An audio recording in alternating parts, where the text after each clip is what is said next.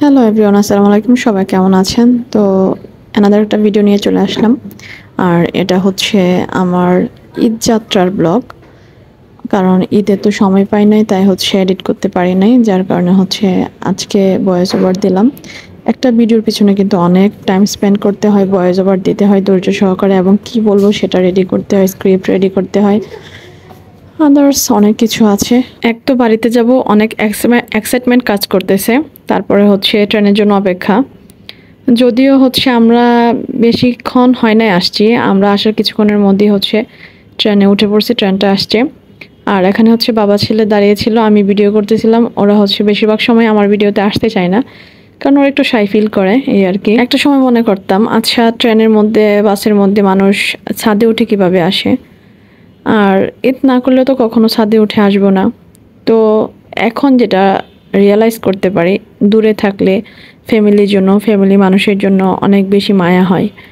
আর তাদের সাথে একটা মুহূর্ত কাটানোর জন্য সেটা লাখ লাখ টাকা খরচ করলেও কিন্তু একটা মুহূর্ত কাটানোর জন্য চলে আসি, ছুটে আসি, বা এত রিস্ক নিয়ে চলে আসি শুধুমাত্র তাদের সাথে কোয়ালিটি টাইম স্পেন্ড করব বলে। এই আনন্দকে যদি আপনি টাকা দিয়ে মাপকাঠি দিয়ে মাপতে চান, সেটা আপনার ভুল হবে, কারণ টাকা দিয়ে কখনোই আনন্দ আসে না অ্যাকচুয়ালি। আর সবার মেন্টালিটির উপর ডিপেন্ড করে হচ্ছে আনন্দটা। আর বাইরের দৃশ্যটা দেখেন, এত বেশি ভালো লাগতেছিল। মানে ট্রেনে আমার সবচেয়ে বেশি ভালো লাগে আমার এবং আমার ছেলে রাফান।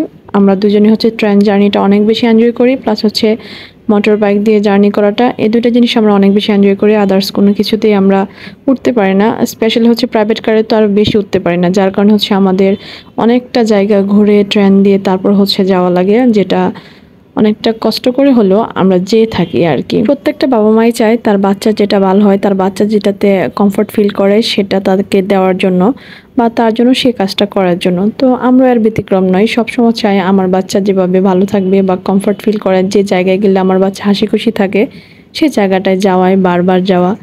এই তো ট্রেনের ভিতর দিয়ে যখন বাইরে তাকাই তখন সব দৃশ্য এত বেশি সুন্দর লাগে, কিন্তু বাস জার্নিতে আমাদের যেটা হয় সবচেয়ে বেশি গরম লাগে। তবে আপনারা যদি ট্রেনের টিকিট কাটতে চান, অবশ্যই 10 দিন আগে ট্রেনের টিকিটটা কেটে রাখবেন। আর ঈদের সময় তো একটা ট্রেনের টিকিট কাটা অনেক বেশি কষ্টকর, কারণ একটা ট্রেনের টিকিট পাওয়া মানে এটা ভাগ্যের উপর ডিপেন্ড করে মনে হয়, মানে এমন একটা অবস্থা। আর আজকে এত বেশি রোদ, মানে রোদে মনে হচ্ছে যেন বাইরে সব পড়ে যাচ্ছে। যাই হোক, যদিও আমরা হচ্ছে এফ চেয়ার কেটেছিলাম, ভালো হতো যদি এফ সিট কাটতে পারতাম। আমরা জানি না এফ সিটটা এত ভালো ছিল।